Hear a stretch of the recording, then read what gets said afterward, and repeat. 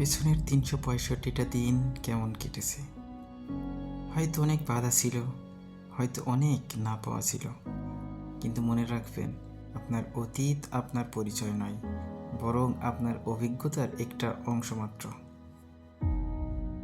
নতুন বছর মানে শুধু ক্যালেন্ডারের পাতা বদলানো নয়, এটি নিজের লক্ষ্য পূরণের আরও একটি সুযোগ।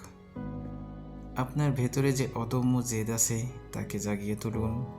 ছোট ছোট পদক্ষেপ নিন, কিন্তু থামা যাবে না। মনে রাখবেন, সমুদ্রের ঢেউ যেমন পাথর ক্ষয় করে, আপনার নিয়মিত পরিশ্রমও তেমনই আপনার সাফল্য নিশ্চিত করবে। এই বছর অজুহাতকে বিদায় জানান, ভুল থেকে শিক্ষা নিন, আর নতুন উদ্যমে ঝাঁপিয়ে পড়ুন।